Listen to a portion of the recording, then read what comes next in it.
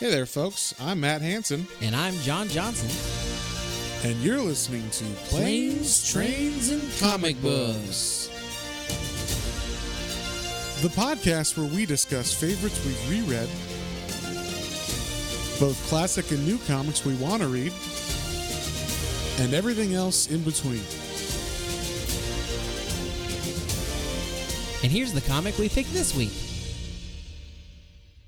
Hey there, everybody. Welcome back to another episode of Planes, Trains, and Comic Books.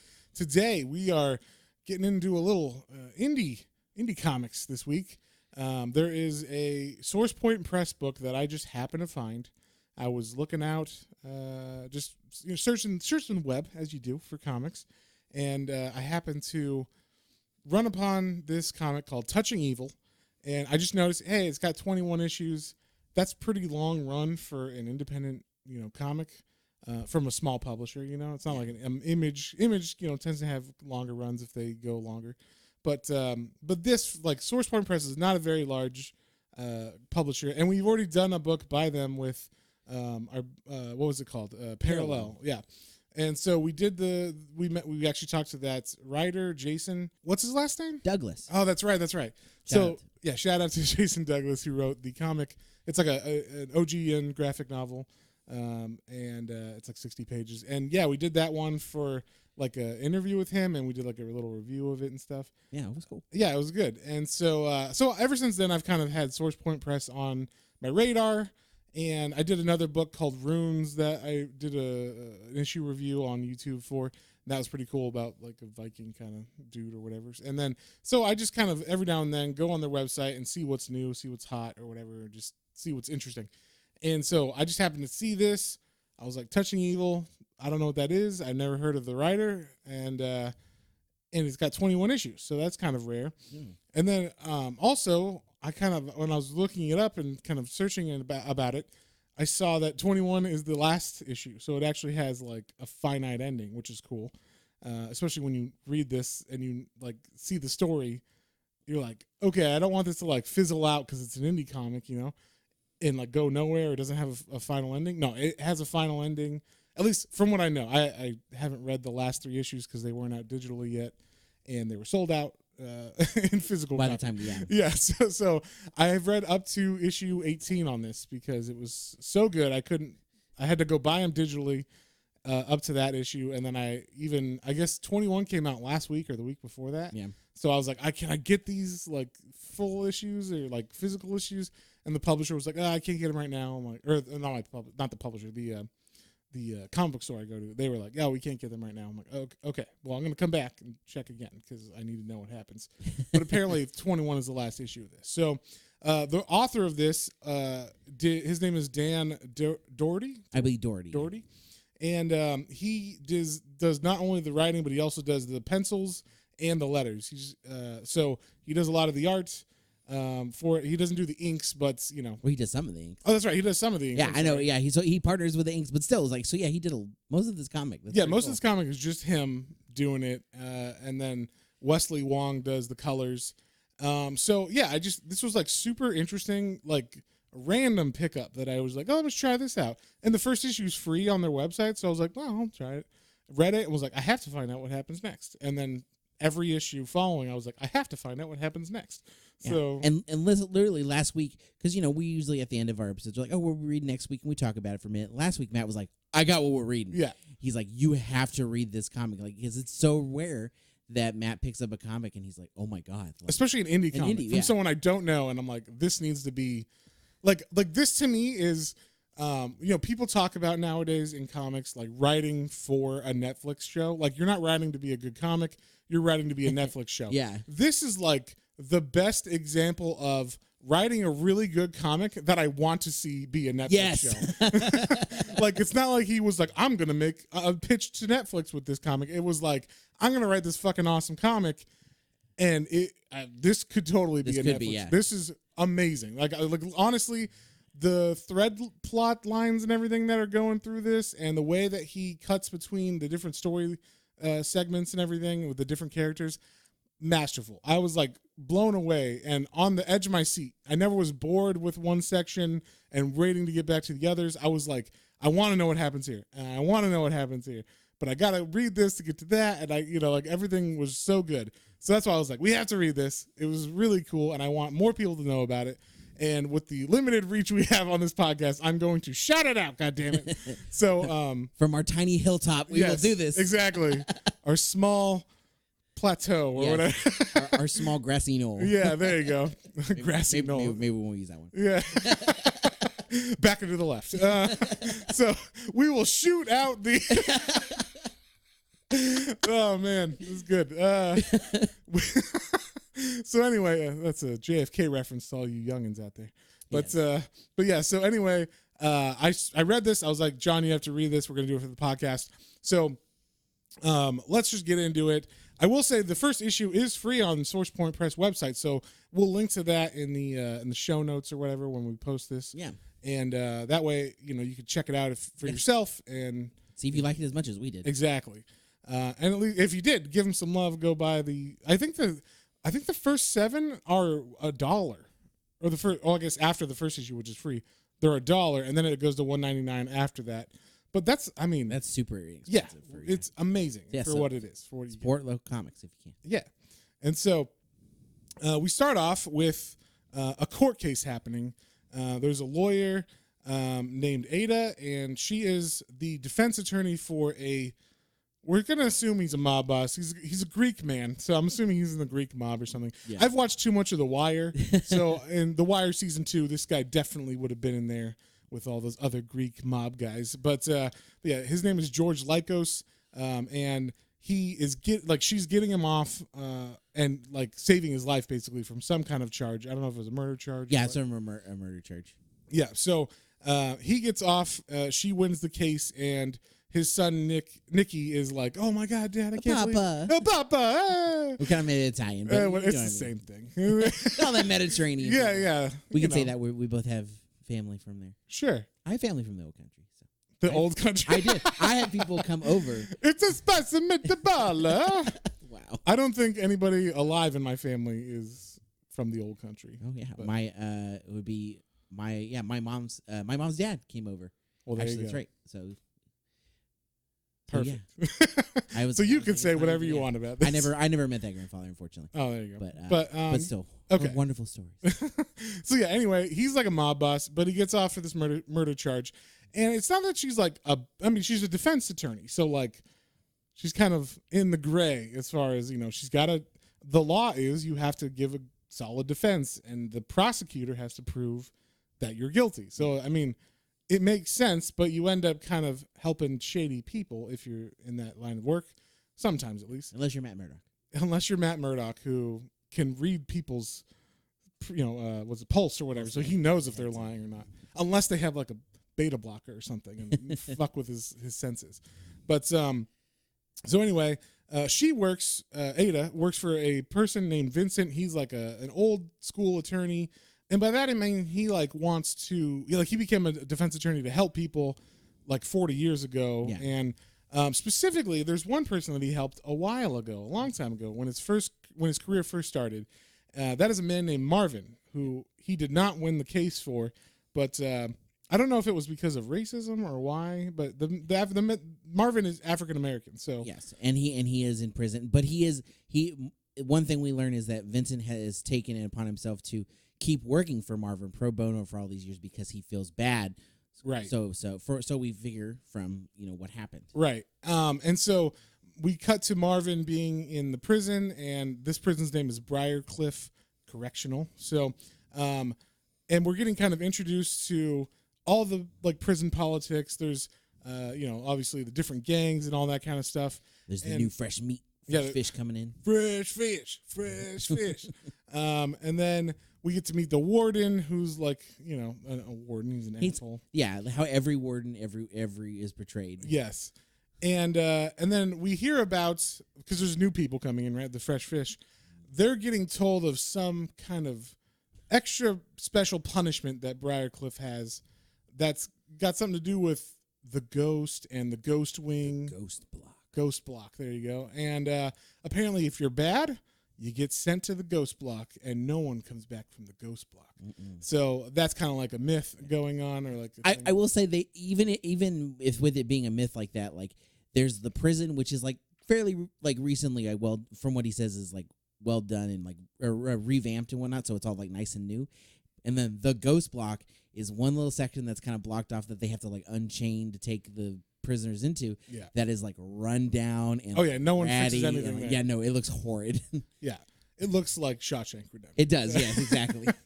And so then we cut back to Ada, who's talking to her boss, Vincent, and we see that Vincent is pretty sick. He's got cancer of some kind. He's got to wear oxygen and stuff. So he tells her, like, hey, I want you to go visit one of my oldest clients. His name's Marvin. He's in prison.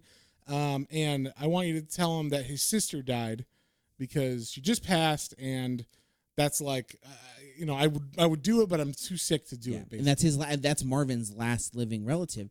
And we also find out that Marvin has been in prison, like I said, for over 40 years now, basically. And Marvin is a very old man, but doesn't look old. He looks you can tell in he his literally eyes, looks like he's 25 or something. Yeah. You know, black don't crack, John. So but apparently he's almost 90 something. Right, he's 92 or 92. Yeah, I believe he's 92. Yeah. So then we cut back to the prison where we see the fresh fish guy who just came in and he thinks he's all tough. He meets his roommate. His roommate's name is Brody, and Brody is he's a nerdy dude with glasses and whatnot. You can tell he's been around the jail for a while because he's kind of like trying to give the new guy who's the big and buff guy, like kind of trying to let him know, like, no, there's some real stuff here. You gotta and you don't want to go to Ghost Block, Yeah. and that is a real thing, and no one ever comes back from there. And he seems like a fairly okay guy, to be fair. Like Brody, as far as prisoners go, he's a fairly good prisoner to have as a roommate. You know, he doesn't seem like he's gonna like rape you at night or something, or like stab you or beat you up or whatever. So, but of course, our buddy here, the new guy, he's too buff and big and scary that he's like, no, I'm not scared of no Ghost Block. That's bullshit. So he tells Brody to go fuck off, and then. Brody, I guess being a good roommate is like, well, here, why don't you read this book? Maybe it'll help you strategize or whatever, what to do in prison here, with the gangs and everything.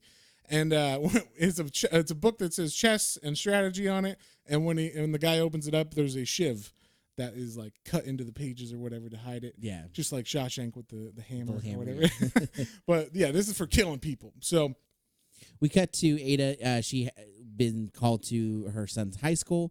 She has a son named Ollie, who is a bit of a hothead. Basically, is like he doesn't have the dad left early on when he was young, so it's just been the two of them. And she's worked really hard for him to have a good life, but she's also a lawyer, so she's gone a lot. Yeah. So and he's a teenager. He's like, man, my life sucks. Yeah, but mom doesn't love me. I only got 4 video games last week. My life's terrible. Yeah, I mean it's obvious that he's they have it like she provides for him. They have a place to live. Like she's working really hard, obviously, and he's very much like, well, yeah, I don't know. She doesn't really love me that much, and she's probably gonna leave me too. And very very teenage angsty. Yeah, so we just get like the little glimpse of their relationship where it seems like he's angsty, but he does he's his mom, so he still loves her or whatever. But he got into a fight at school, so she had to go. Yeah, of course. And hear it out from the principal. Yeah. And so then we come back to the prison where we see the fresh fish, and he's getting confronted in the laundromat where he's working, I guess, for that day. And the fight starts. And, he got the shiv that he had, and he actually kills a guy. Like, he straight up... His first day in prison. Yeah, well, he's doing the, you got to pick the strongest guy, and you got to go after him or whatever and show that you're the strongest guy. So he does that, and, he murders a dude, stabs him right in the eye, and he gets to go to Ghost Block. And so they take him, like you said, to this rundown part of the facility. There's guys wearing fucking, like, full chemical suits and everything. Like, you're like, what the hell's going on in here?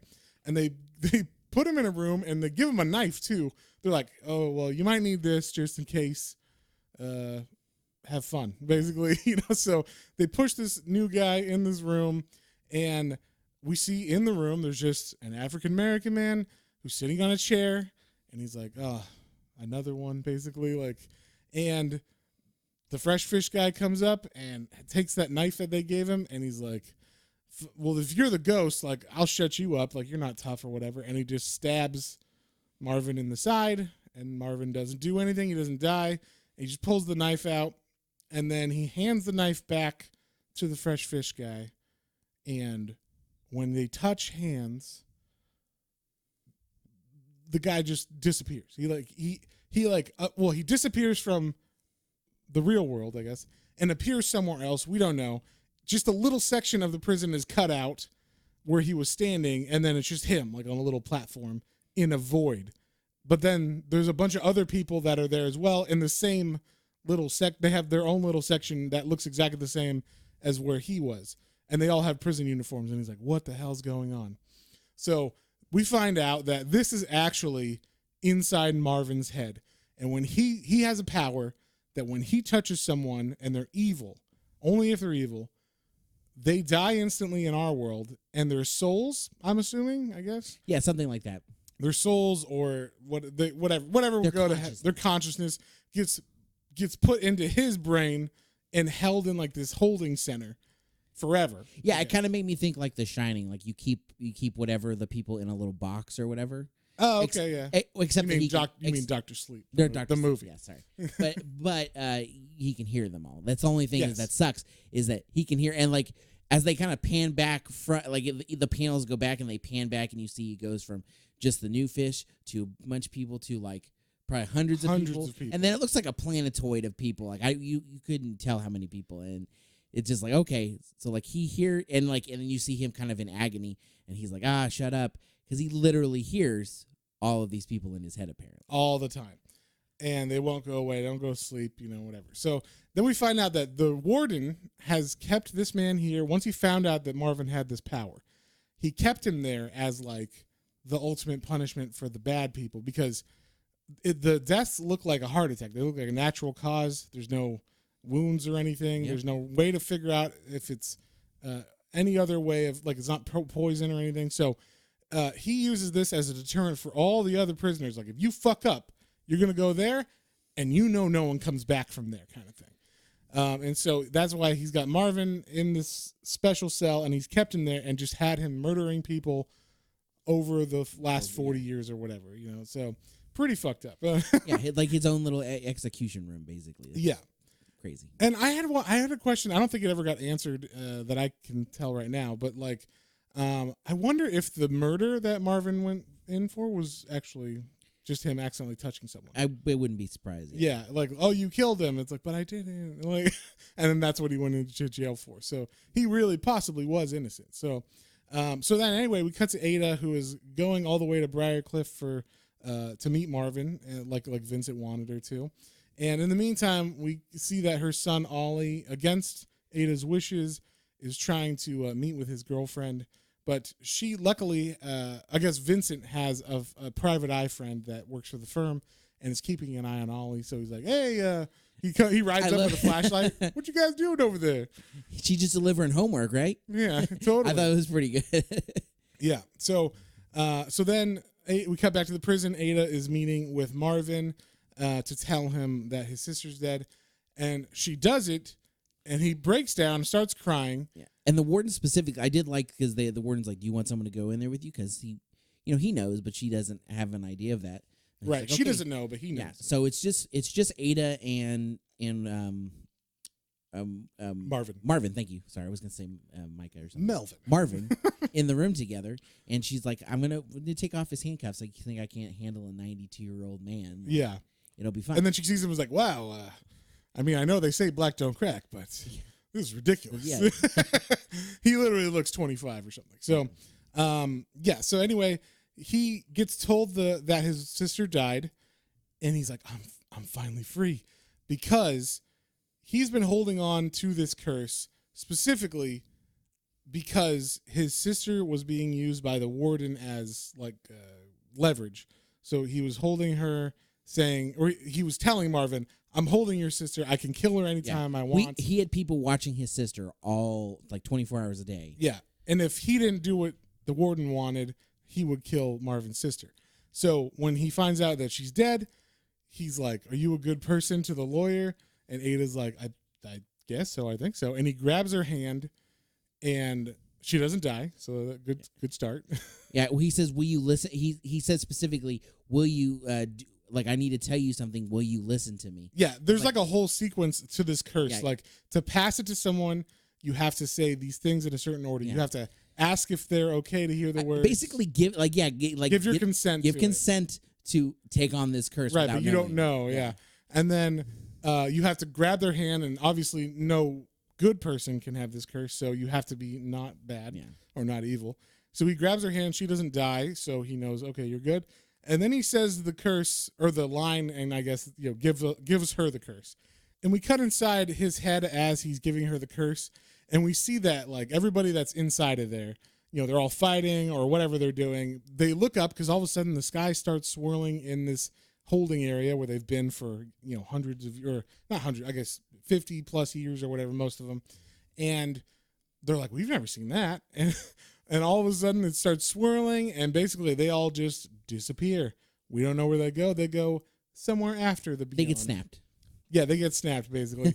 And then now Ada has the curse, but she doesn't know that. She just like, all right, like she hasn't touched anybody evil yet. Yeah. You could tell she feels kind of weird, but she doesn't she's like, okay, that was really awkward. Yeah. All right. I got a headache now, I guess. All right. Anything else you need then? Yeah.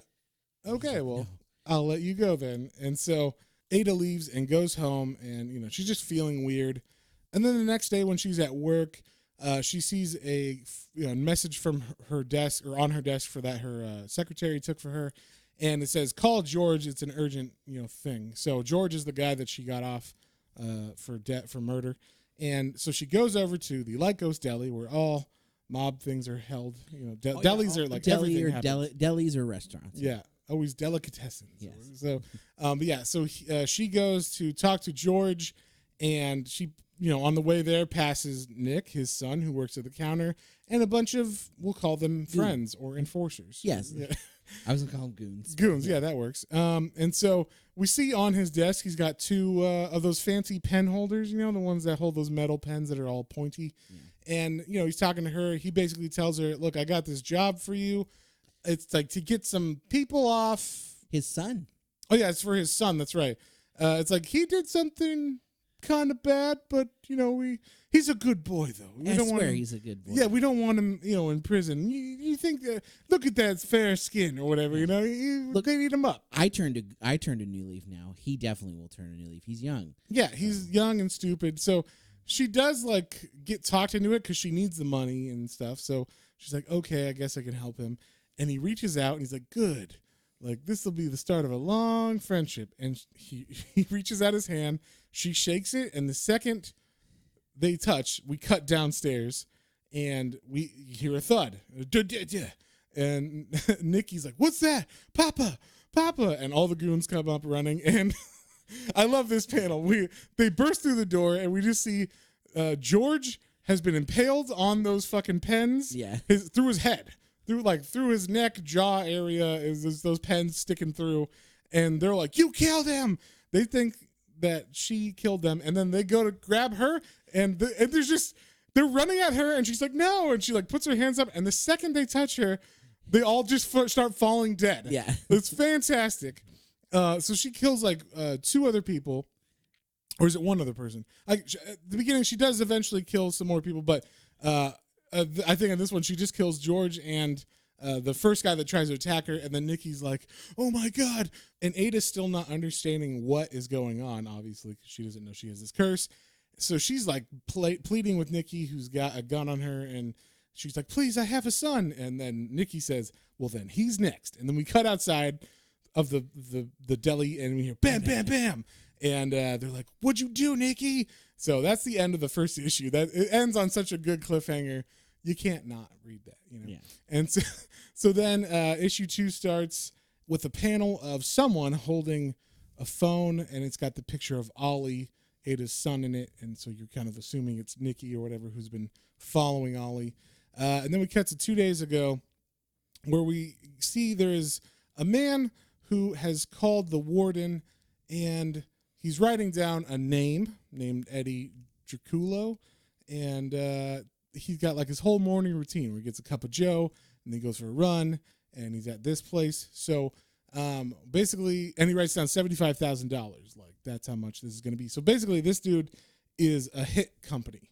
Like he works for someone who orders hits, and then he calls the warden, who gets Marvin to touch the guy, and the guy's probably evil because he's going to get hit anyway, so he's got to do something bad. And so that's this whole system that the warden is set up. He gets a little taste of that 75,000, and Marvin, kills them without anyone being the wiser, because it's just a natural death or whatever. Yeah. So there's no one suspects a hit when Marvin touches them. So that's what's been going on in the background of this prison. So we meet what's the dude's first name here? This guy Tony. So we meet Tony, who's kind of like the intermediate between the high up the high up assassin coordinators or whatever. He's like the middleman between Marvin, or I guess Marvin, but the warden, yeah, and the employer of him. And he kind of wants it like that because they don't, like, the warden doesn't. No one knows how the warden kills these people. They don't know about Marvin. They don't know about any of that. So it's like it's his secret, and even this middleman doesn't know either. So they're always like, man, we don't know how he does it, but he does a really good job of taking these people out. So then we cut to... This is where Ada is leaving from meeting Marvin and getting the curse. She's walking out like, I got a headache now. And they're like, all right, well, have a good day. I'm glad you got to talk to him and get it off your chest or whatever. And then that's when Tony happens to pick up the phone and be calling the warden. He's like, hey, we got another gig here. Like, are you down for it? Yeah, and they're like, they don't know that Marvin's given up his curse, so they're like, just bring the person over. Then we cut to Vincent, who is talking. It's one day later, I guess, from there. Yeah, who's talking to his doctor, and we're finding out he definitely has brain cancer. He definitely has brain cancer. The cancer's back. Yeah, the cancer's back. He thought he got rid of it, but this is it's recurring, and he's definitely gonna die. So, we find out that when he met with Marvin originally, Marvin touched his hand to be like, oh, are you a good person or whatever, and he touched Marvin's hand and he didn't die. So we find out that Vincent, pretty good guy, and that's probably why he's helped him the whole time as well, because he's a good person in general, but he's dying. So then we cut to today, which is 2 days after the whole incident with George and everything. Yep, and the 2 days after that, and 2 days after she got the powers. Yeah. So, there's a guy running, and it's the guy that they wanted dead. I don't remember what his name was, but they wrote it down on the paper. And so he's running. They shoot him with some kind of tranquilizer or something, I guess. And so they knock him out, tie him down, and they bring him to the prison where Marvin is waiting in the ghost cell like normal, and everything's just going like it normally does. I guess they usually bring someone here. Marvin touches them. They die because they're evil for the most part, and everybody gets paid and then repeats, right? So, but this time they don't know Marvin doesn't have powers. So they give this guy a knife, just like they gave the other guy, the first prisoner who died in the first issue. And Marvin's like, they don't know, but I'm retired. Like I keep telling them, but they don't know what I'm talking about. And Marvin's like kind of acting weird because he's just so happy that he can bleed and like not heal right away, because that's part of the curse too. You can't die. Yeah, you can't die. So like we said, he's 92, but he looks 25. So he cuts his finger, it continues to bleed, and it doesn't heal. So that's cool. And then he touches the guy's face. He's like, oh, it's so nice to touch someone and not have to worry about killing them and all this stuff. And then we cut into another void, just like the one Marvin had. But this time, it's only got one person, and that person is George. And he's like, what the hell? And it's like, he gets a little piece of his office that comes with him, and he's just sitting there in the void. And he's like, what's going on? I don't understand. And he's like, it's nothing. What? And then all of a sudden, someone appears next to him, and it's one of his goons. And you can see on his desk that there's blood and stuff. So like where his head was impaled, you see that. But basically, we're inside of Ada's head, and these are all the people that have died under her touching them basically. So these are the first two inside of her mental void that, like, the same way that Marvin had 200 plus people in there. And so she wakes up because these people start arguing and talking, and it like is, in her mind. So she wakes up like, what the hell? And then she's in the back of a trunk, and she's like, what's going on? And it turns out the goons, they did shoot her, Nikki did, and they wrapped her up in plastic, and now they're about to bury her on a construction site somewhere. And because she woke up, she actually was able to like surprise the guys as they open the trunk. One of them is like hesitant. He's like, I don't know if we should be doing this, man. She's a lawyer and she's got a son and stuff. And the other guy's like, fuck her. She's a bitch or whatever. Yeah.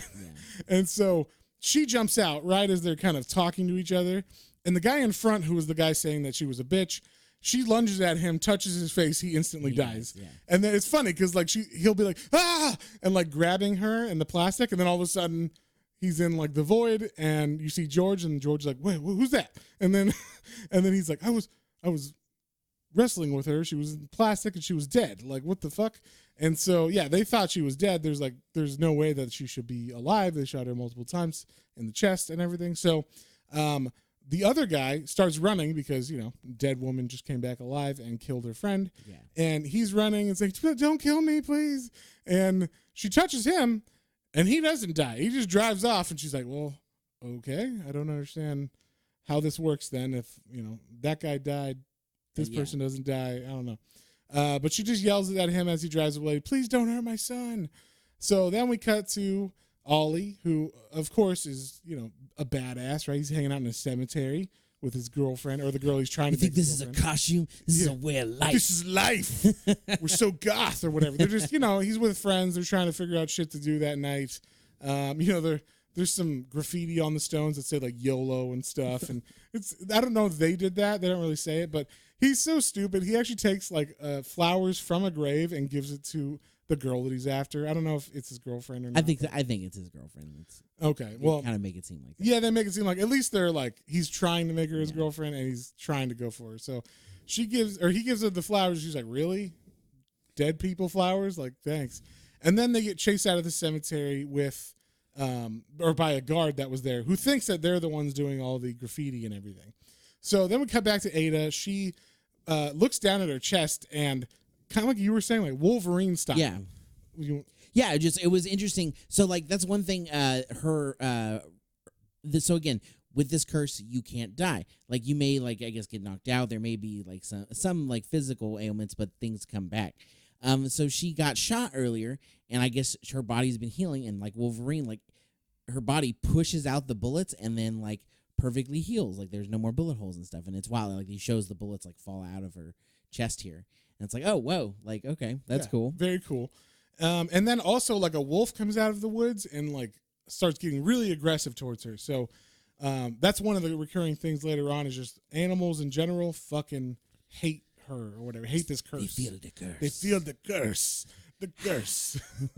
And so then there's a cop driving in the middle of the road as she's kind of backing up from the wolf. And he's looking down at his computer, typing something in, and he doesn't see her get in front of him in the street. And he fucking totally runs her over, just straight out. She cracks the windshield. She should be dead. Totally dead. I mean, I think she does die, but she then heals or whatever, because like her arm folds behind her and all this stuff. So she flies. The cop is like, "Oh shit!" And the wolf checks, is still looking like, "I don't like you," but then goes away as I guess she dies for a little bit at least, and so he doesn't see the threat. And then we cut back to Ollie and his girlfriend, and he's walking her into his house, and of course the mom had told like the neighbor, because they live in like an apartment complex or whatever, that or I don't know if it's like a duplex or if it's an actual like apartment, but either way there's neighbors and they have to walk by him, and there's an old lady who's like, "Did your mother say that you could bring someone in or whatever?" And he's like, "Shut up, you old lady." I do like that earlier when she's saying like she's going out for the first time, and she's like, "And don't worry," and like like our neighbor will hear you, and she knocks on the wall. She's like, "Because these walls are paper thin," and you just see word bubbles through the wall, like, "That's right, Sonny." Yeah, yes, and so then on the outside, as we see them walking in, we also see Nicholas or Nikki George's son is crying in his car looking at a picture or the license of Ada and the picture of Ollie from, I'm assuming, Facebook or something, right? And so he's about to get revenge on Ada because he told her, I'm going to kill your son. And there's also the security guard that apparently has been following like the dead rose petals the rose petals that are falling out from the flowers that were taken from the gravesite. So he's been following them. He follows them all the way to home, and he doesn't know that, like, what he's walking into with Nikki and all that stuff. So then we cut back to the prison, and we see Marvin's like, oh my God, you could do something awesome for me if you could please fucking kill me, because I've been alive for way too long, and I don't want to be alive anymore, and I don't have anything to worry about anymore. So that's basically what happens is that prisoner, he gets free, or he cuts himself free, and he stabs Marvin to death. And then we cut back to Ollie, who's is he in the neighbor's house, He's right? in the That's neighbor's, yeah. So the neighbor, in order to get them to not have sex or whatever in their own Not do house. what teenagers Yeah, do. not do teenager things. She's like, why don't you come in and get a snack or whatever? Yeah. And so she's like making them sit in her couch or whatever. And then we see that the security guard actually walked up to the door of Ollie that was open. It was, he thought he was following Ollie, but it's not. The door is open, and Nikki is sitting there with a gun waiting to shoot Ollie, who never appeared. So, but Ollie hears this noise, like he hears the guard saying, hey, put the gun down or whatever, and he starts radioing for help or whatever, and Nikki just opens fire, and Ollie sees all this happen through the peephole in his neighbor's door, sees the guy get murdered, sees Nikki walk over and look in the peephole, but doesn't notice that someone's there or whatever. And then we cut back to the prison where the warden is like, shit, we need some help because Marvin's been stabbed. And we see that Brody, he was the older gentleman who gave the new fresh fish a shiv. He sees this happen where Marvin, he knows who Marvin is because Marvin was actually his cellmate when Brody first got there, and he saw him get taken away into Ghost Block and used for this. And he also knows about the powers of Marvin because Marvin told him. Yeah, we find out basically through this that he and Marvin were roommates. Marvin been writing down like all of this kind of stuff in like a journal, like a memoir or something. Yeah, I think it was more for he said more for his sister to understand like what happened to him and that he's not really a bad guy and things of that nature. But it also kind of explained like the history that he found out of this curse, like as far back as like he and we'll find out some other people figured out during this, and so Brody knew all of this.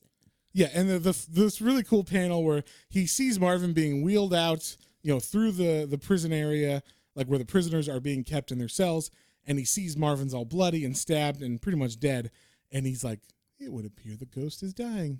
Interesting, as he like fades into the darkness. Yeah. It's a very cool like panel shot. So then we cut to Ada, who is now in an ambulance being hauled to the hospital because of her injuries from the car accident. I guess the policeman, called an ambulance for that. So that's where we left with issue 2, and then we pick up at issue 3, and we finally get some backstory on what this curse kind of is. Yeah, and we cut to Pilgrim times, and we see there's some witch burning going on, and out of the flames, a woman who was burned kind of begins walking towards the townspeople who burned her, and she begins to say the quote or like the curse words or whatever. That's funny. The curse words. Yeah. The cursed words. She speaks the curse. Yeah, to someone in the crowd, and they're all yelling, "Run!" because she's fucking like burning. Yeah, like her skin is gone. She looks like a crispy person. Yeah, and this is that is back in 1693. I just want to point like this. Oh yeah, it's like 400 years this curse has been around, kind of thing. So then we cut to the hospital, and we see that Ada is healing much faster than anybody would have anticipated with her wounds, So the doctor's like, it's a miracle. We just don't understand. And looks like Vincent is actually there watching her through a mirror or a window and is saying like, he knows now that like she has the curse, like officially, like, because he actually sent her there to get the curse, we find out, because, he's dying and he thought maybe I can get it for myself. And then we cut to inside of her head again, Ada's head, and she's there. She's actually inside of her head. We find out that whenever you give morphine to one of these people who has this curse, they actually are able to go inside their head, which can actually be pretty terrifying because then they have to confront the people who are confused and like the spirits inside of their mind. And it's not like they can hurt you, but they can definitely fuck with you because later on we see them like certain people get like pulled apart by vehicles, depending on what actually comes here, you know, because you take a little piece of the world with you wherever you died. So some guys like die in a car and then their car gets brought with them here and then they can like run people over and shit like that. So you get things like that where they're shooting everybody and they all have guns. And it is fun and interesting because like they kind of they're trying to figure out like how to get out of there. Like, well, maybe we die, you know. So try to shoot and like they're shooting each other, but they're like, maybe we gotta die. And then they shoot the like George shoots the lowest guy on the totem pole that's there. It's like, what the fuck, man? It's like, I was testing it. He falls over, but then he's like, oh, I'm not dead. And then they look and they're like, oh, the clip's still full too. Like, so like nothing ever like truly happens here. Yeah, it will like just regenerate. So you can shoot 9 bullets or whatever, and then those bullets will come back soon. And it's not like right away, but it's soon enough that you could just go on a rampage and start murdering everybody if you wanted. But they don't die. I think they do feel pain though, because it seems like, or at the very least, it's not fun being in limbo and not even being able to walk or whatever. Like, because some guy gets his arms and stuff, legs ripped off at some point, and they like he just keeps getting him ripped off, like Sisyphus or some shit, where it's like you're gonna, you know, have a bird gnaw at your innards all the time or something. So, yeah, stuff like that. And so she appears, and they're like, "Holy shit, it's the girl," or whatever. Like, what do you know about this? How did you get here? And George tries to shoot at her, but she wakes up because the morphine, I guess, is kicking off and it's wearing off on her, and so she begins to wake up by Vincent talking to her, I guess, and he reaches out to grab her hand, and she's like, "No, don't touch me," because she's starting to understand, oh, like, it's me touching, something's going on. And she just saw the people inside of her head are all the people that died that she touched. So, and then we get like a touch, or like a heart-to-heart with her and Vincent, where he basically tells her, "I know, and I'm sorry, I'm the one who kind of gave it to you on accident." Yeah, well, on purpose accident, because I want it for myself. Well, he said he has been working on a way for over these 40 years. Part of the reason he's been working with him is that he has been trying to figure out a way to get rid of the curse. Like completely. But then now that he's dying, he thought, oh, I could go there, but he couldn't go there because of his health. So he sent her to get the curse, come back, and hopefully give it to him so that he won't die. Which is interesting because that's one of the other things that Marvin said. Like, anybody who says they want this curse, definitely don't trust. Yeah, he warns her that like anybody, it doesn't matter if they were good or whatever, anybody who says give it to me is a fucking liar. It's the same as the ring. The ring, yeah. It's the Lord of the Rings ring. You know, Sam looks at him and says, "Give it here, Frodo. I'll help it for a bit. Share the load." And so I bet they did share some loads.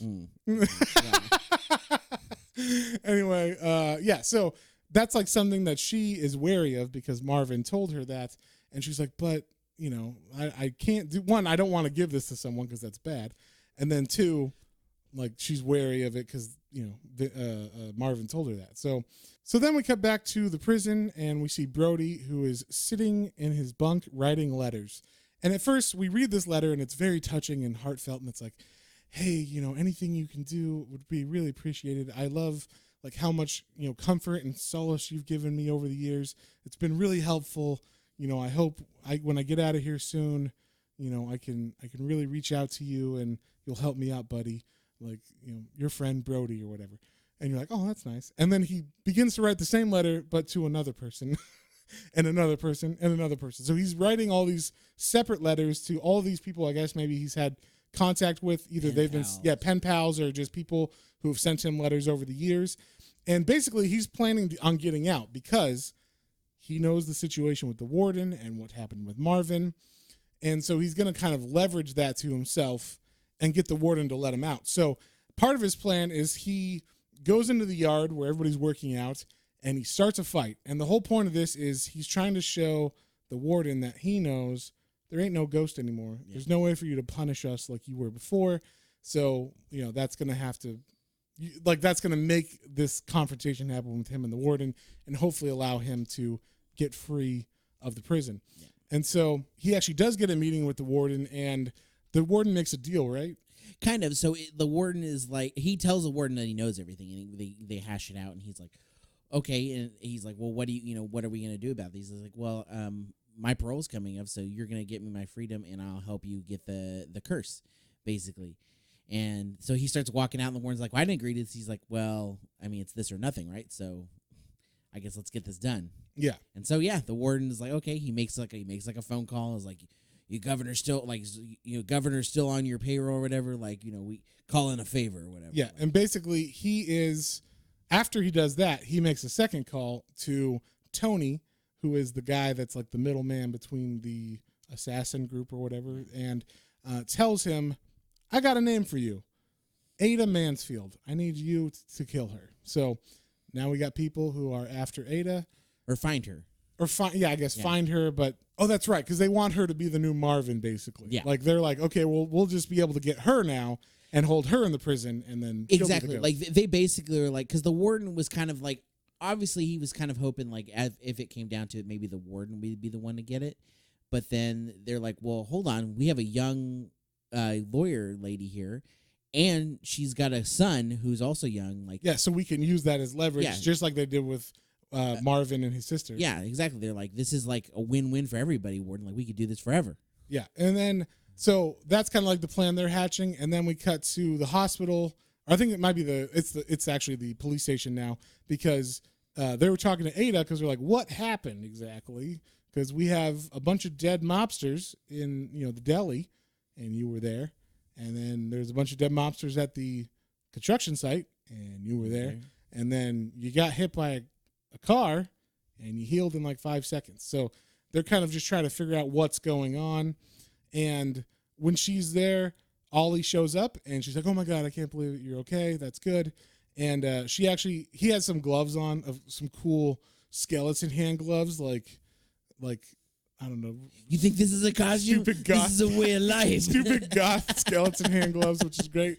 And she asks for them so that she can actually, and I should say specifically, you have to touch them with your hands. Yeah. It's not just skin contact in general, because she does hug him and puts her cheek against his. And so it's got to be specifically your hand touching a guy or a person in order for them to die. So she covers her hands with his gloves, so now she can kind of go around and touch people without murdering them if they're evil. So then we cut to the police again, who are now they're questioning Nikki, who was at the scene of the deli crime or whatever, the deli murders, and he's not making any sense to them. He's like, she just touched him and they fucking died, and they're like, what are you talking about? What are you talking about? That's crazy talk. You sound insane, sir. And he's like, it's the truth. So my papa. So then we see that Ada has got their firm's private eye. What's his name? Mr. Turfin, yeah, something like that. And he is now watching over Ollie, because Ollie can't be trusted by himself, and Ada's got to figure out what's going on with everything. So Ollie's kind of staying with him, and we know that people are trying to kill Ollie, so this is probably a good thing for Ollie that he is there. In the meantime, Ada is going to stay with Vincent, and they're going to talk about everything that happened.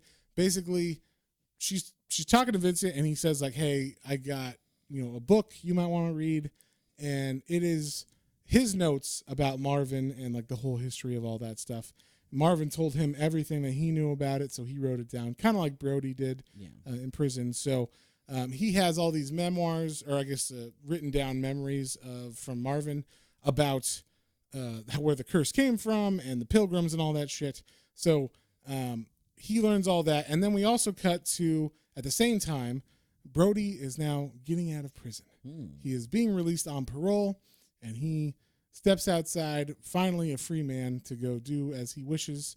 And it just looks like it's going to probably be a bad idea that he's out. We're not sure about him. Like we said, he did touch Marvin's hand before. So is he good or is he not? We don't know. So we start the next issue. And so the fourth issue starts pretty much right as the other one ends, where now Brody is out of prison. He is meeting up with the assassin company and Tony. That's like they're gonna assign him a guy that's gonna keep an eye on Brody so that he doesn't get out of hand.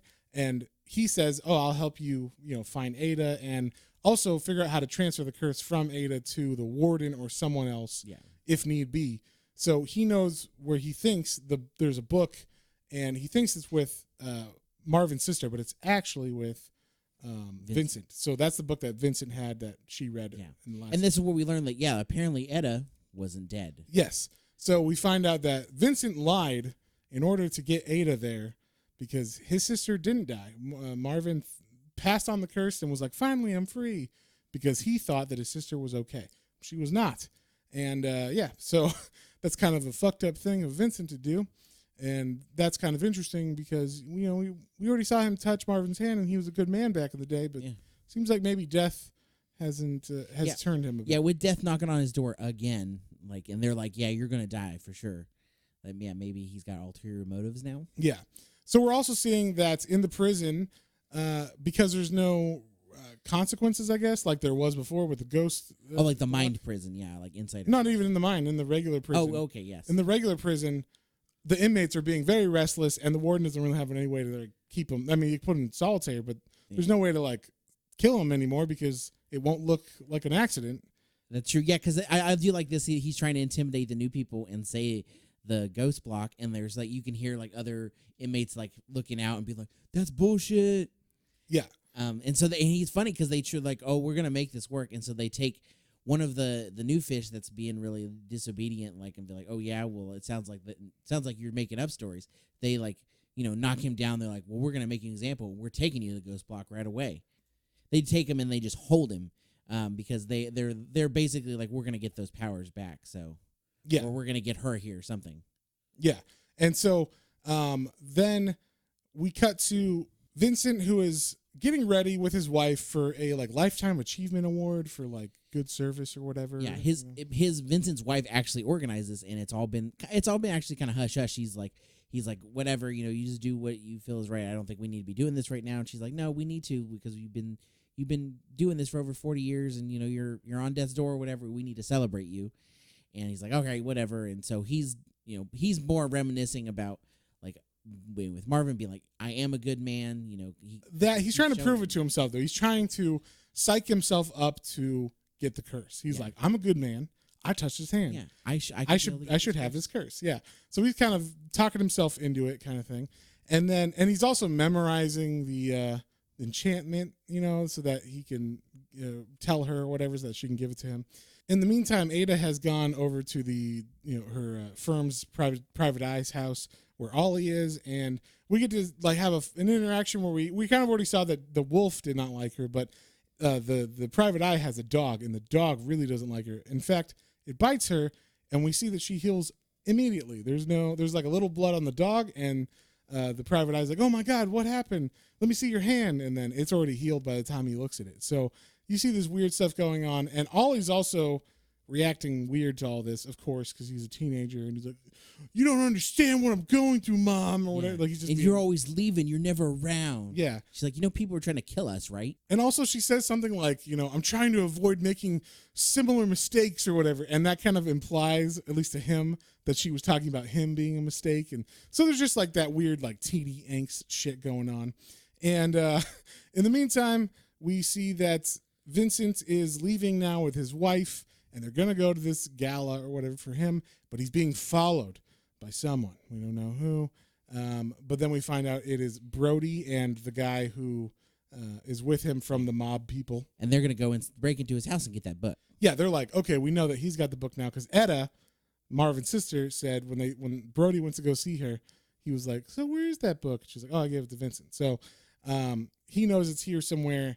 He starts looking around, and he goes up to the attic where they were, holding the book, or where Vincent had the book, and he eats the page. He just starts eating the book, which I thought was funny. I did, yeah. The other guy shows up. He's like, "What are you doing?" Yeah. Like, I guess I'm the only one who's going to know that. And he was like, basically, I've already read this book several times when I was in prison with Marvin when he was like writing it. Yeah. It's like, I already know what you need to say, and now I'm the only one, besides maybe Vincent or whatever. So. Yeah, and so I guess Vincent's the only one who actually knows it, except Brody now because he ate the pages. And so then we cut to the ball or the gala or whatever that they're having for Vincent, and we see that Ada's being followed now by the mobsters as well. So there's a lot of stuff. There's a lot of pieces in play at this gala.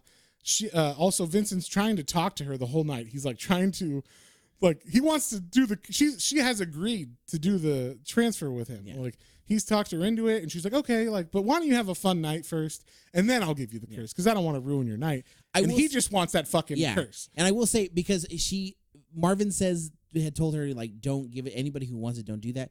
But she also said that when you do it, like, it's gonna be a hard decision, and like, but it's like the right decision or something. So she's like torn between that, because she says that too. She's like, he may want it, but like, he's a good guy. So like, and he's dying, so it would be helping him. And exactly. So she's able to kind of talk herself into it. Exactly, yeah. But I thought this was really funny because he's just like, God damn it, I don't give a fuck about this award. Yeah. I'm dying. Just give me my fucking curse so I can do this thing. And she's like, no, you have fun. You have a good, I'll see you. evening. Yeah, we'll see. We'll talk after. Yeah, we'll talk after. It's fine. So he wins the award, and everybody's clapping. And but this is the best part. Yeah. And I almost wish they had saved the Etta being alive for this, because they're like, okay, and the first speaker is, and it's Etta, and she goes up, and Ada did not know that the sister was alive, because that's what she went to prison to tell him. Yeah, they're like, we have a special guest, because the wife went behind his back and found Marvin, because she knows that he cares about Marvin. Yeah. So he's like, they're like, Marvin's sister's our special guest speaker to give the award to Vincent. And Ada's like, what the fuck? Like, how could you? That she puts it all together right there. She's like, oh my God. Yeah. And I thought that was a great moment. So she leaves to get the fuck out of there. She's like remembering everything that's going on. And then all of a sudden she gets confronted by a man with a gun, and he's got an iPad, which I thought was funny. Who's got like a live stream going on, and it's like, pay very close attention, Ada. Like, you might want to look at this very closely and, measure your next movements very, very cautiously. And then you see in the screen, there's a picture of Ollie and like a video of him with a girl on the docks. Very Dawson's Creek. Yeah, I guess he like escaped the house probably or whatever. Because, it's Ollie. He's an asshole. He's fucking leaving. And so. And they're like, and we know what you've got, and we're going to prove it. We come out with us. So they take her outside, and they're like, get in the van, basically. And as they get in this van, there's a guy strapped to a gurney, and it's the prisoner from earlier that was mouthing off that they took and were holding. And they're like, touch this guy. So they're like, oh crap, so everybody knows what's going on. And she touches him, and then he shows up in her consciousness inside of the van. Yeah, like in front of the other people. He's in the van, like, tied down. What's going on? What is going on? We don't understand. So then now they have captured Ada officially. She is tied down to a gurney, just like Marvin was. They threw off his body and put her on the gurney. Yeah, basically. I assumed. So, and now Ada's missing. The PI is looking for her with Ollie, because you can't leave Ollie alone because he's being tracked too. And so they have her in the prison, and everybody's wearing their suits and everything, like the chemical suits, so they don't get touched, except a couple people. There is the mob guys, the guy that had the screen, and he's got his boss on the screen, which I thought was funny. He's just walking around with just holding around with iPad, the Krang head of. Yes, exactly. It's just like that. And then there's another mob guy who he has the book that is missing the pages, the cursed pages, that Brody ate, and then Brody's in there too. He puts on one of the suits, and he's like in there, I think because he's the only one who knows the words, so he's got to tell her. So they begin to like tell her, hey, you have to do this. I'm going to get, like, the warden's like, I'm going to get the curse, and you're going to give it to me, and it's going to be great. And the problem is, like, Brody's not going along with this. No, he tells the warden, okay, we're going to do this. He says, you ask him if he can hear it, and the warden's like, oh yeah, tell me. Oh, that's right. No one knows the order of this except for Brody. Yeah. And part of that is you have to touch her hand. Yeah, but it's okay once they've said they've started it. So they start the curse by saying, do you with the consent? Do you consent to hear this, basically? And the warden's like, well, yeah, of course. And then Brody's like, okay, touch her hand, and he's like, no, I'm not going to touch her hand. Well, you got to touch her hand. He's like, that's how we do this. And he's like, you're lying. There's no way I'm going to touch your hand. Like, Yeah. I know what you're doing. He's like, no. Like, he's like, this is the first time, like, I am being honest with you. Touch your hand. Look, I swear to God, I'm not a bad guy or whatever. So while they're kind of arguing, Ada looks over and sees the knife that, was just there, I guess. I don't know, maybe to kill her later or whatever after the curse gets transferred or something. Because she's not evil, so, you can't touch her and die. So it's just not working out. But then all of a sudden we see in her mind people were driving that van around, and I like this. They'll just randomly, people be driving, and then all of a sudden, boom, they run over a guy that was in that room with them. So Ada somehow got out of the restraints and touched one of the people. That's what we think, maybe. That's what we think. But then we find out what actually happened, which is possibly the coolest thing in this book. Yes. In this volume. This is the best twist of this. Yeah. So Brody actually grabs that knife that was sitting there, and he cuts off one of her fingers, which, doesn't have two of her fingers. Oh, that's right. He cuts off two of her fingers, but he grabs one, and he begins to touch people with the finger, and it does kill them if they're evil. So he just starts touching people that are, exposed, and they're all getting sent to her head, even though she's not touching them. Technically, it's like him, but he's making them die with her finger. And I just thought that was like fantastic. And then he goes and chases after the warden, to like try to touch him, but he doesn't get a hold of him, right? Yeah. No, it was funny because he's like, I'll be right back. And like, he just leaves her alone with all the dead bodies around her. And he's like, I'm going to go chase after the warden. Yeah. And of course the warden's like, come on, like, you got to help me, as he's passing guards. And then Brody actually has one of the guns too. So he's shooting he's shooting them with it. And then he decides it would be a great idea to open up the prison while he's in these restricted areas and cause some mayhem. So he opens up the prison, creates a riot because all the doors open.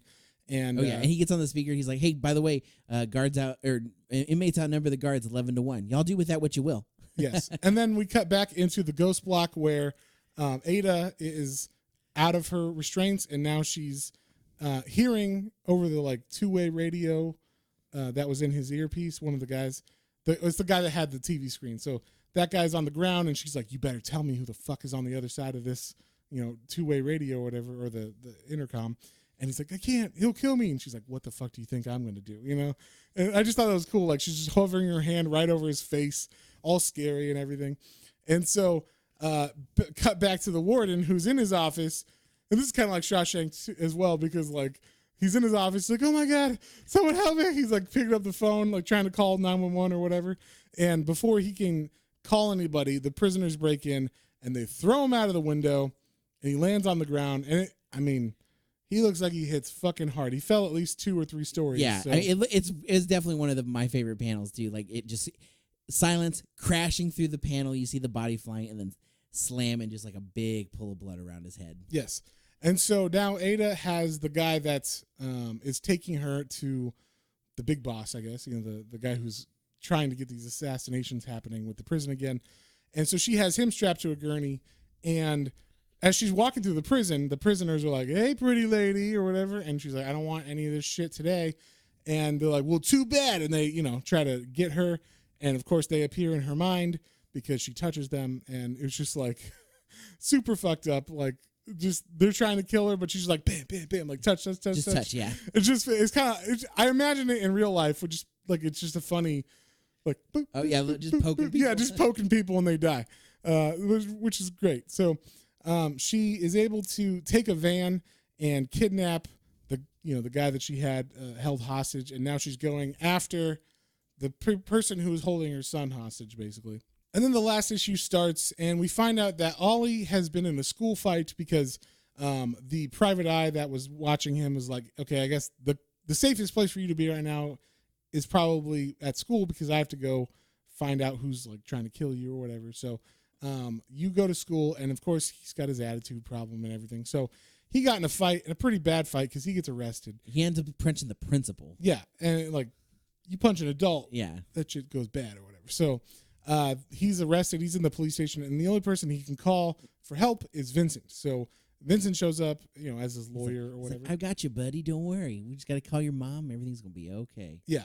And in the meantime, we cut to Ada, who is driving very quickly, trying to get to to the bad guy's house, because that man who she has held hostage, the lackey or whatever, he is shot in the stomach. So she's like, "Don't you die on me! You have to tell me where to go or whatever." And so she's kind of talking to that guy over the bad guy Tony over the phone while his lackey's dying there or whatever, and she's like, trying to figure out exactly what's going on with these people and why they're like after her and everything. So like how they know about this curse and all this. It's just, like, we're learning all this history about this whole black ops or whatever that's been going on with this company that hires hits from the prison and Marvin and all that. So so the prison's also gotten back under control at this point, and they they come across the warden's body, and they hear, I'm Warden, and like, they're, oh, he's not dead. So they're like, oh, we get an ambulance, we're gonna take this guy to the hospital. So they take the warden to the hospital, even though he's been thrown out a window and then beaten while he's on the ground and stuff. And then I think we're cutting back to the guy. So the guy that was on the phone with her, Tony, the middleman assassin dude, he is saying, like, we're going to kill your son if you don't cooperate, if you don't do what we say. We know where he is. We're going there right now.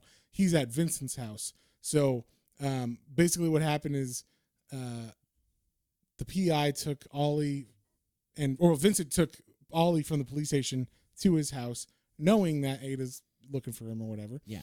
Because he's got his plan. He's got his plan to get her to give him the curse still, and because he doesn't want to die.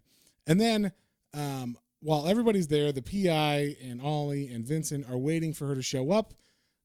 One of the assassin guys comes in and he's like, basically, where's Ada? I'm gonna kill you if you don't. For when she gets here or whatever, I'll be able to hold you hostage. They shoot the PI guy in the arm, and then in the meantime, Ollie, I guess, was upstairs and he gets a gun. He had a gun that he found in Vincent's house, and so he pulls it out and he's like, "You better freeze! I'm gonna shoot you if you don't," or whatever. And so as he's kind of in the standoff with this assassin guy, they're talking and he's like, "Put the gun down," and then he falls dead because we see someone walk out from the door behind him, and it's the mom, and she just touched him in the back of the head and he died. And so Ada killed that guy, and now no one's on their trail, at least right now. So Ollie's happy. He runs over to her and gives her a big old hug, and she's very careful not to touch him with her hands because she doesn't know really who's good and who's bad, kind of thing. Yeah. But then as that's going on, we see Vincent pick up the gun, and he's like, "You have to give it to me. You got to give me the curse. I'm dying here," or whatever. And he pulls a gun on Ollie and her, and he's trying to convince her, like, "Look, I'm a good man. I know I am. I touched his hand. I did all this stuff. Yeah, like, it's going to be fine. Like, nothing bad is going to happen from this. Like, just give it to me." Yeah, nothing bad's going to happen. So he lunges at her to give her, to tell her to give him the curse, and then we see him appear in her mind, and he's like, "What? But I thought I was a good person all my life." A good person, obviously. Yeah. So basically, the lust for life, I guess, or not dying. The power of the ring corrupted him. Exactly. As it does all hearts of men. Yes, exactly. He's a ring wraith now. Yes. So yeah, he falls down, or he's dead now, and they now have to deal with that because he died. At least it looks like natural causes. Yeah, and he was dying. Yes. They're like, well, that's a thing. And then we see someone waking up at the hospital while some police people are standing over him. And that person is the warden. He's like, "What? Where am I?" And they're like, "Hey, funny thing. There's some weird shit going on. We found a bunch of dead bodies that were shot and a bunch of people in like hazard suits. And a lot of unexplained things have been going on in the prison. So why don't you wake up a little bit and we're going to talk to you real quick." And some nurse comes in and brings him his food as the police kind of leave and let him wake up. And the nurse takes off their mask, and we see that nurse is Brody. And he is showing up, and he's like, "Hey, how's it going, buddy? I got something for you." And he opens the coffee cup lid, and he pulls out, or he reaches inside with gloves, and he pulls out a finger. And, of course, that's Ada's finger.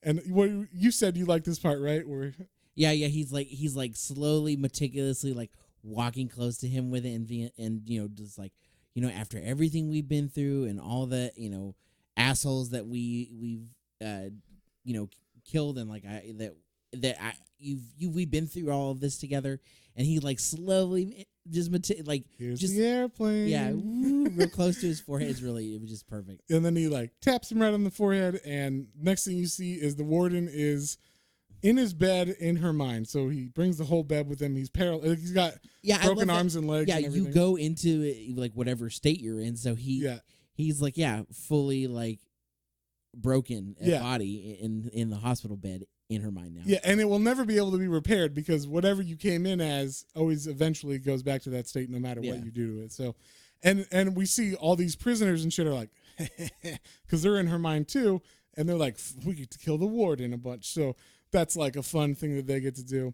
And then we see that Ada actually had one of her, the second finger, she got it at the prison earlier. So she's trying to explain to the PI and Ollie what's going on.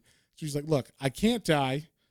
I'm immortal, and I have this curse of when I touch someone who's evil, they die and they get trapped in my mind or whatever. And so they're like, what the fuck are you talking about? Specifically the PI. Yeah. And she's like, look, I'll show you. So she pulls out her finger. It was her pinky, right? And it's her ring finger. And she just pushes it onto her hand, and it quickly, I guess, just clicks back into place, and like the skin heals around it, like it all becomes one again. Yeah, she's like, see, it's weird, and I don't understand it. And the dog's like, like right as that happened, like it's unnatural. And then we see devil.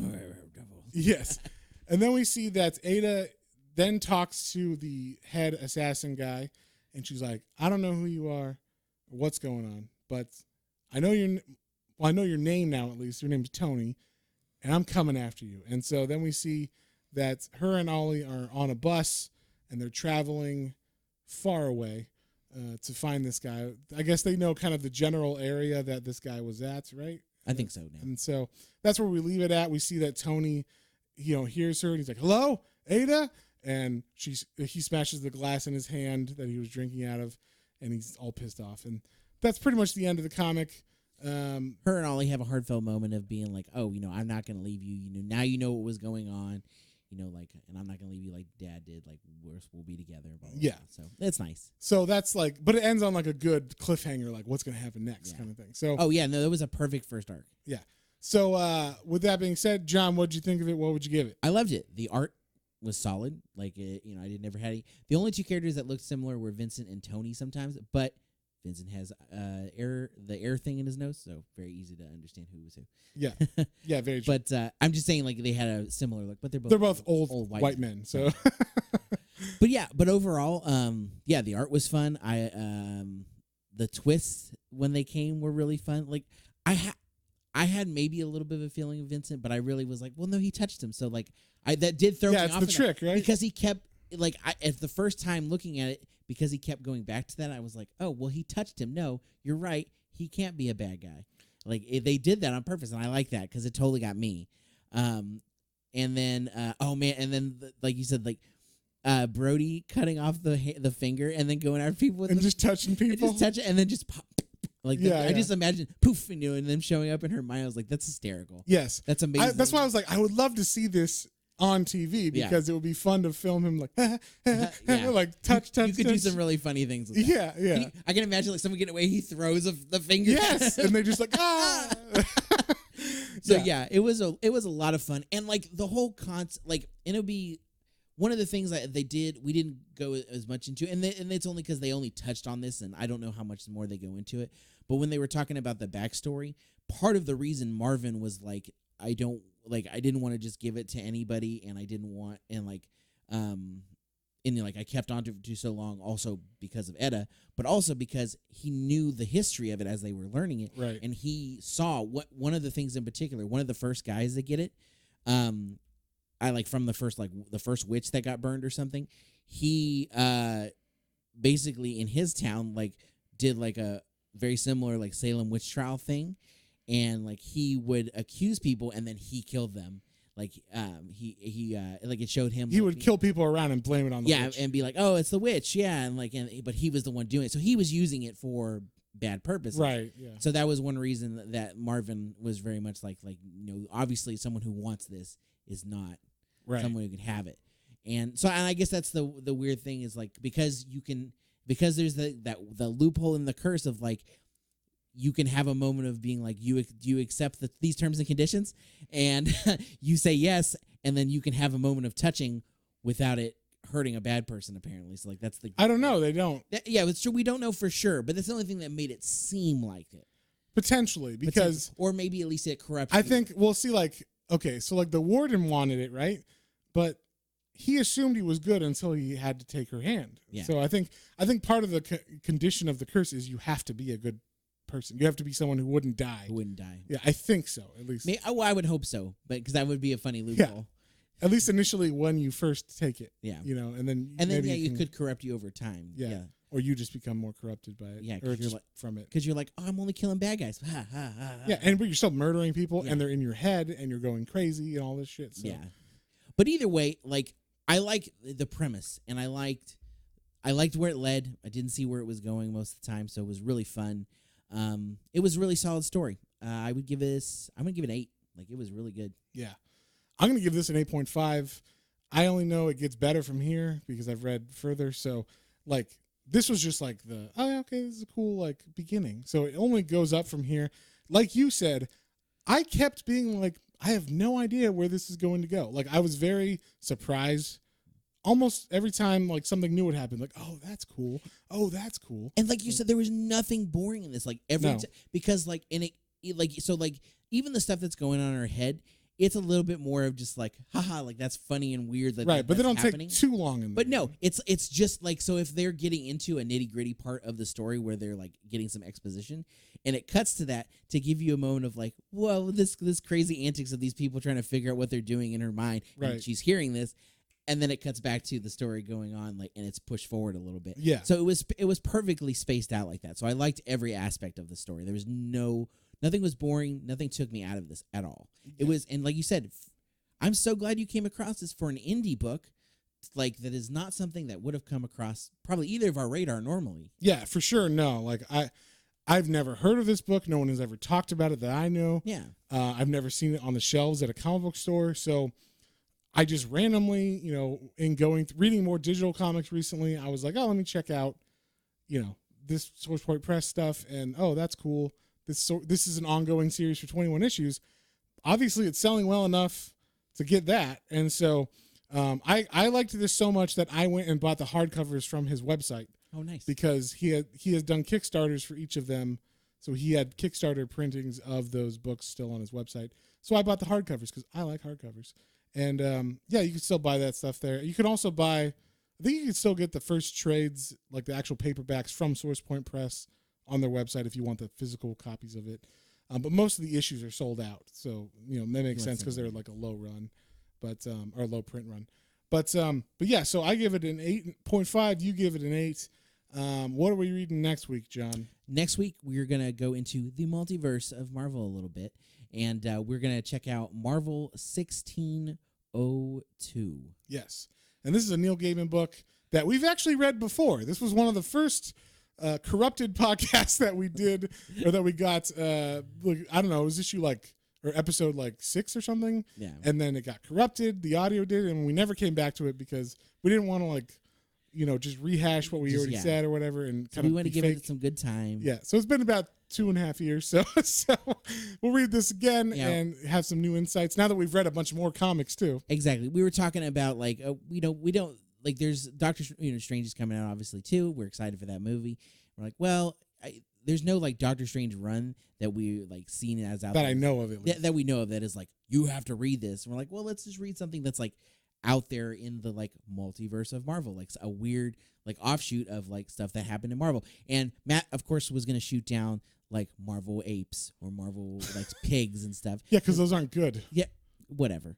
But no, so we're like, let's go back to one that we know we enjoyed at least the first round of it. I know I liked it so much because I bought more of it. I haven't actually continued. I think the spinoffs are good too. But yeah, I bought the Spider-Man spinoff of it. So yeah, but the original one is an 8-issue mini, or 8-issue miniseries by Neil Gaiman and Andy Kubert on the artwork, I believe. Fantastic art and everything. So, and it takes place, as you would imagine, in the year 1602, and all the Marvel characters are kind of themselves, but not. Like what if they were in that time period? Yeah.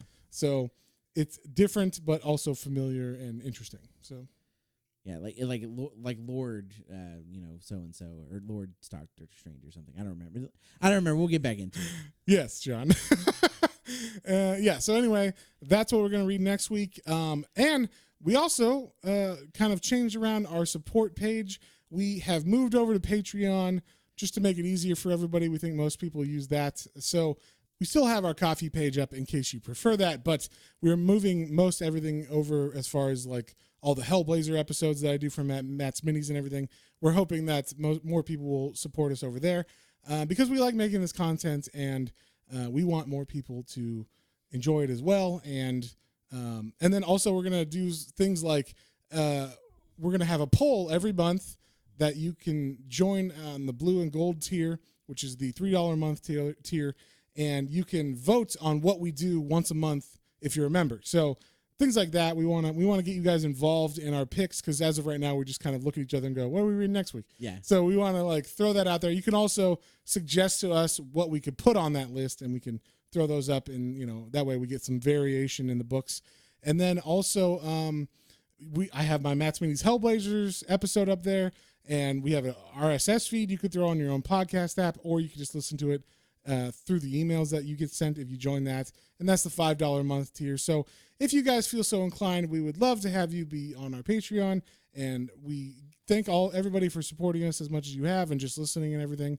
And also feel free to like rate us and everything on whatever podcast app you guys listen to us on, because that helps us get, put up in the top tiers or whatever of comic book podcasts. Yes. Thank you. So the Patreon link is patreon.com/Planes, Trains, and Comic Books, all one word. And that's pretty much all we got for this week. So join us next week for 1602, and we'll see you guys on the next one. On the next one. Bye.